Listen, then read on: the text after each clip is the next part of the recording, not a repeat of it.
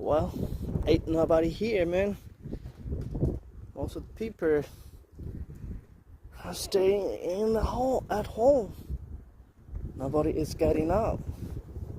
So you can see that this is part of the snowstorm, but I feel like it is pretty bad on the Hanbok and I-90s all the way down there to Hanbok.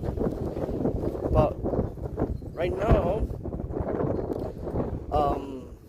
the situation in the North Tonawanda is not that bad, but you know, as always, the nature of the snowstorm, we have a pretty bad windy days, so it's not really, you don't really want to go out. It's freezing outside.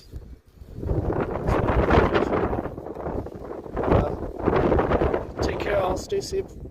Oh shoot, so freezing.